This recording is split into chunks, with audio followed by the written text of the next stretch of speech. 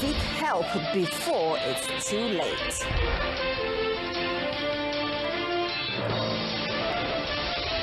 OneMDB, Najib's biggest trial begins.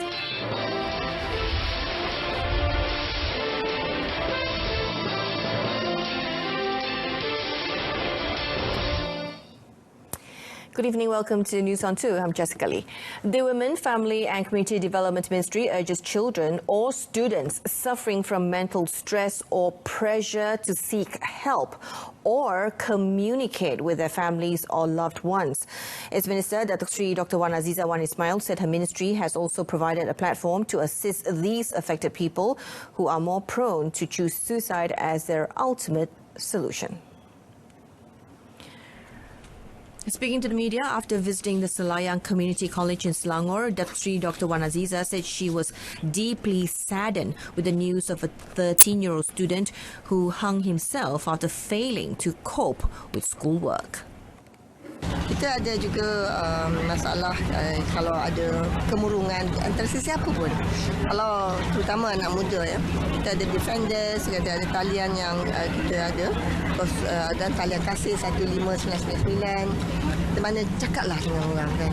Kadang kalau kita nak luahkan semua tu adalah salah satu daripada cara-cara untuk mengurangkan kemurungan dan tendensi ya, untuk mengambil nyawa. Dr. Wan Aziza, who is also the Deputy Premier, noted that parents should also monitor their children to see if they are under stress and provide guidance and care for them. She also expressed hope that counselling sessions in schools would also be helpful for students to reduce their stress. Meanwhile, Dr. Wan Aziza said the main task in battling the issue of pornography lies with the parents' role in inculcating noble values among their children and family members. Now, she said the issue has to be nipped in the bud as parents need to be role models for their children.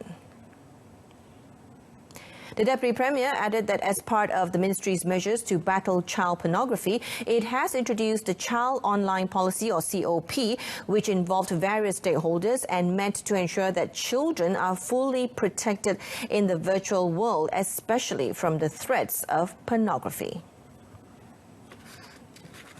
Bapa mestilah mengambil tanggungjawab melihat apa yang anak-anak melayari apa semua. These are things that sekarang ni menjadi tular dan menjadi masalah. Kalau anak-anak muda kita kena jaga, janganlah jadi satu addiction to pornography. Dan ini salah satu daripada masalah mental, sakit penyakit mental yang kita lalui bersama.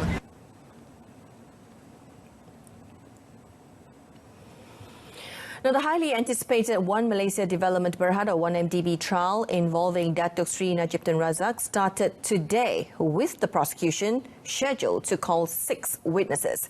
The trial was heard before High Court Judge Colin Lawrence Sakera. The prosecution will attempt to prove to the High Court that Datuk Sri Najib and businessman Loh Teck Jo or Jo Loh took steps to cover his tracks after the OneMDB scandal broke out in early July 2015. Senior Deputy Public Prosecutor Datuk Sri Gopal Sri Ram, a former federal court judge, in his opening statement in Datuk Sri Najib's OneMDB's trial said sham documents were produced to pretend a donation from an Arab prince. Among these were letters and 4 checks, each for a sum of $25 million, purportedly written out by a person said to be the Arab donor. But these checks were never meant to be encashed and were never encashed. He added the prosecution will also produce evidence to show that the accused took active steps to evade justice. Datuk Sri Gopal stressed that it was the accused who played the pivotal role with its objective to enrich himself. He said although the case was 4 phases, the events in respect of them were to be considered as part of a consecutive story because of the prearranged plan by the accused to enrich himself.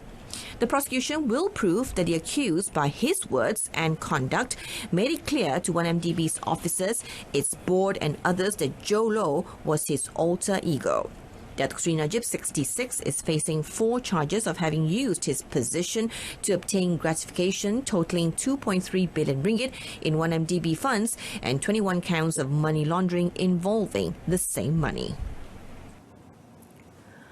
All public universities are required to submit buildings' fire safety plan to improve the fire safety aspect under the 12th Malaysia Plan's allocation. Education Minister Dr. Mazli Malik said the fire safety aspect needed to be improved to meet the latest specifications, especially in universities with old buildings. He said the improvement would be evaluated according to the needs and not just the age of the building. Kita dapati di IPT bangunan-bangunan baru memang kebanyakannya sudah compliance tentang fire safety, tetapi untuk universiti yang lama, bangunan-bangunan lama, kita dapati perlu dipertingkatkan dari segi fire safety-nya, yang mana dalam RMK 12 kita akan meminta supaya universiti-universiti yang mempunyai bangunan-bangunan lama, UKM dan USM contohnya, untuk membawa plan mereka supaya safety fire safety punya kelengkapan akan dapat mereka pertingkatkan dan perbaiki. Earlier, Dr. Mazli visited the fire site of the University of Malaya's Faculty of Economics and Administration building, which caught fire yesterday morning. The fire ravaged 21 lectures offices on the 3rd floor of the building. Also present were UM Vice-Chancellor Datuk Dr. Abdul Rahim Hashim and Kuala Lumpur Fire and Rescue Department Deputy Director Murugia Mutusami. Now, State Commission set up to probe the Tanjung Bunga landslide 2 years ago, which killed 11, has recommended action against 2 engineers for negligence. Now, it also found the Department of Safety and Health, or DOSH, to be negligent in not taking note of the dangers posed by the unsafe slope and not issuing a prohibition or stop work order. The 116-page report by Pulau Pinang State Commission of Inquiry, or the SCI, on the work site incident was released today by Chief Minister Chow Kon Yeow. It was commonly called the Granito incident after the project's name. The report has revealed that the incident could have been entirely preventable if the engineers had done their jobs. The state government and the local council will take note of the recommendation and will take necessary action as recommended by the Commission after the completion of the inquiry. The 21st of October 2017 incident saw a 10-meter section of the hill slope collapse next to the construction site of a condominium project not far from the Tunku Abdul Rahman College campus in Tanjung Bunga. Prior to this major landslide, the inquiry found 5 incidents, 3 major and 2 minor, that took place. It said that these were warnings which were ignored and acted on a little too late. 33 students from Sekolah Kebangsaan, or SK, Taman Pasir Putih, Pasir Gudang, Johor experienced nausea and vomiting after inhaling bad odour near the school early this morning. The students were then taken to the Pasir Gudang Health Clinic for further treatment. Johor Education Department Deputy Director Abdul Rahim Lamin, when contacted at 7:30 this morning, confirmed that initially 25 students showed such symptoms before the figure rose to 33 by 9 a.m. Of the total, 14 female and 3 male students had previously experienced the same symptoms in June this year.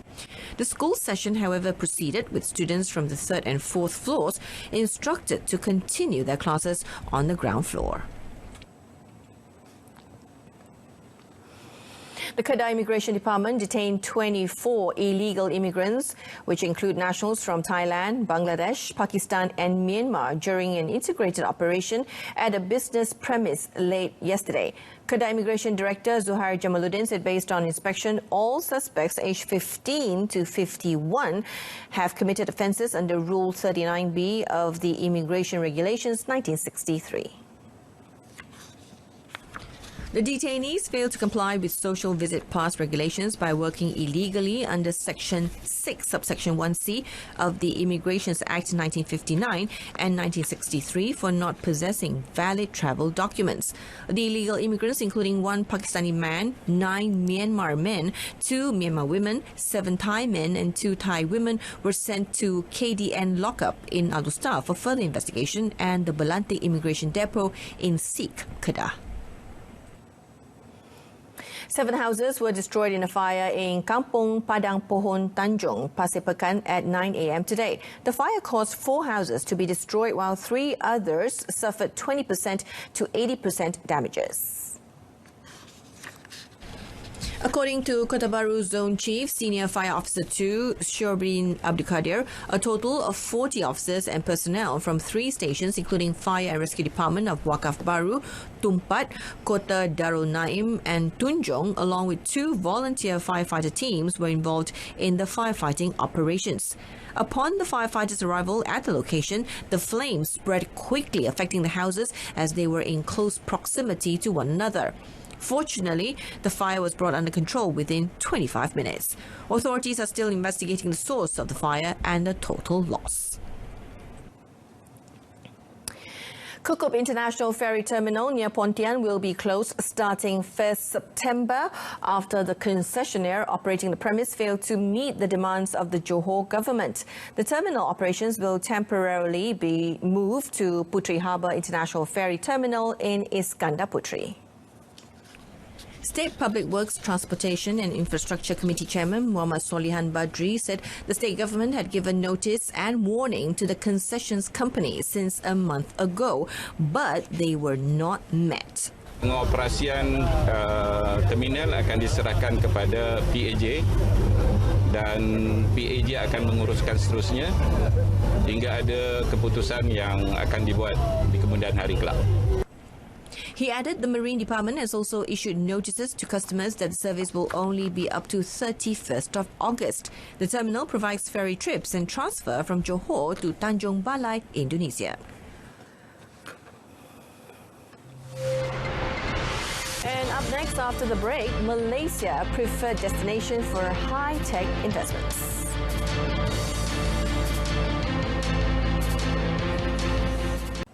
Deputy International Trade and Industry Minister Dr. Ong Kian Ming said Malaysia aims to become the preferred destination for high-tech investments through Industry 4WRD or Forward. He said the government also aims to be a comprehensive total solutions provider for advanced technology in the region. Commenting further on the matter, Ong said with proper implementation, the government is confident that by 2025, they will be able to achieve improved labour productivity, increase manufacturing's contribution to gross domestic product or GDP, enhance innovation capacity and create more high-skilled jobs. Ong also said the government has outlined Industry 4WRDs or Forward's broad strategies and action plans in order to support the transformation of the manufacturing sector. He said the policy aims to provide a holistic ecosystem that facilitates digital transformation through the 5 strategic enablers of funding, infrastructure, regulatory framework, skills and talent, as well as technologies. The minister added that Malaysia will continue to work with many countries in adopting and advancing smart manufacturing. Ong further noted that the benefits of smart manufacturing have far-reaching implications as they have the potential to make manufacturing more agile and responsive, reduce equipment downtime and achieve greater operational and cost efficiencies. The Ministry of Communications and Multimedia wishes to announce that the implementation of the National Fiberization and Connectivity Plan, or NFCP, has been approved by the Cabinet. In a statement by its Minister, Gobind Singh Deo, the 5-year plan from 2019 to 2023 is expected to cost 21.6 billion ringgit and will provide nationwide digital connectivity that is robust, pervasive, high quality and affordable for all Malaysians. Gobin said in line with the government's aspiration, the NFCP will bring together the people and businesses in its mission to develop the Malaysian digital economy in the fourth industrial revolution, or IR 4.0, narrow the digital gap and generate a constructive environment for new technologies such as 5G.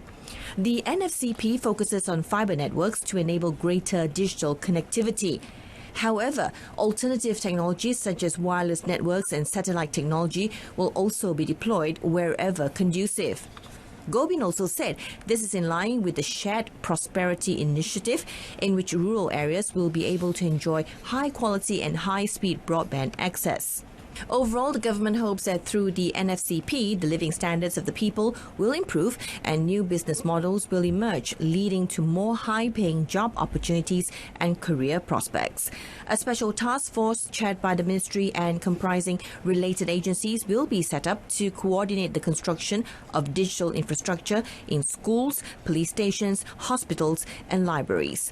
The task force will ensure that the existing digital infrastructure is optimized while reducing duplication and cost of building new digital infrastructure in these selected institutions.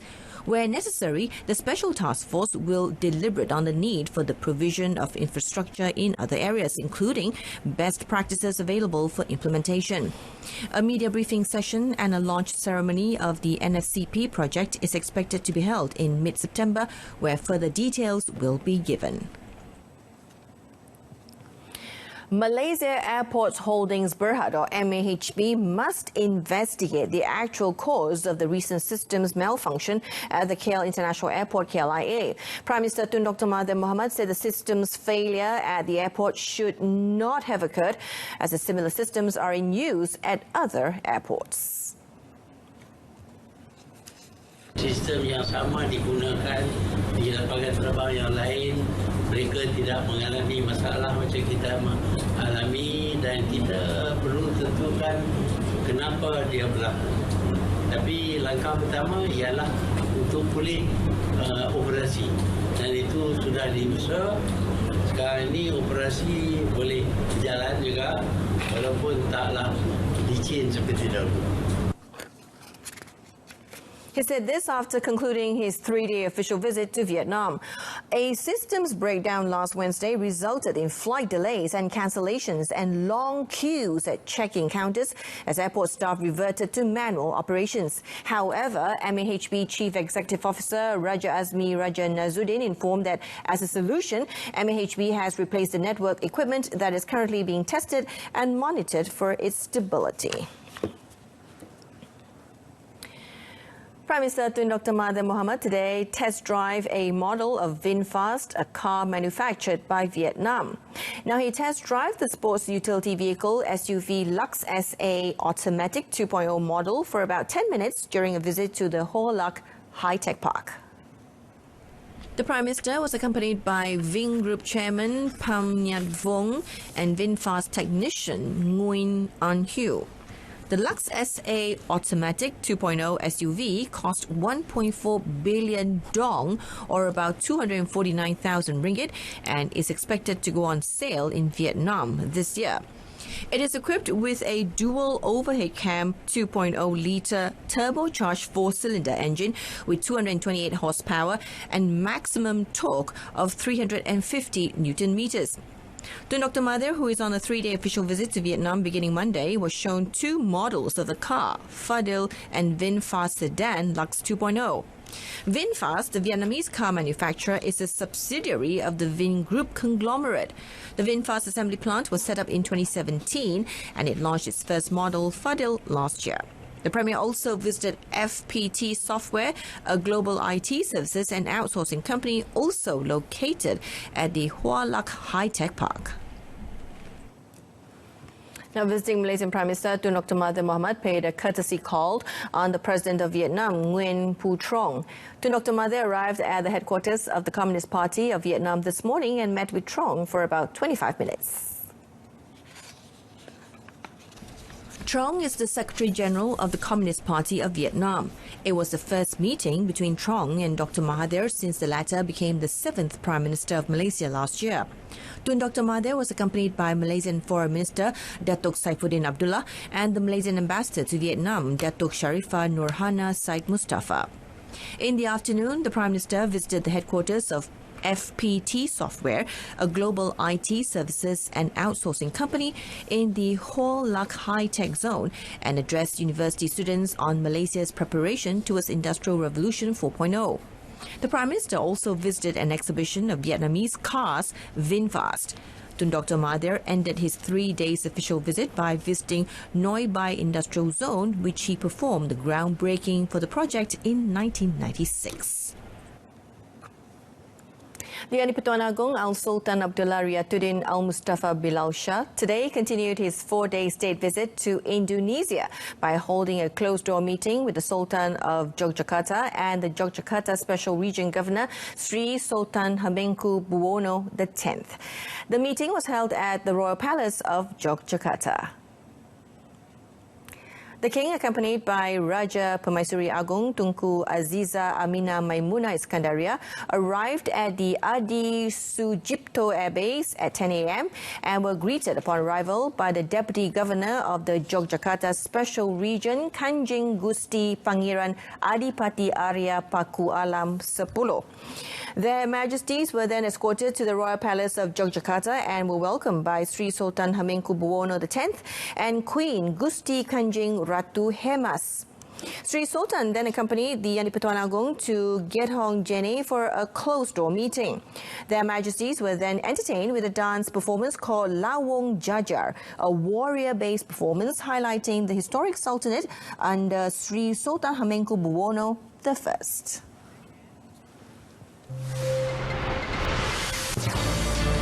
Coming up in sport, Sarawak beat Kelantan for first 3 points in Challenge Cup.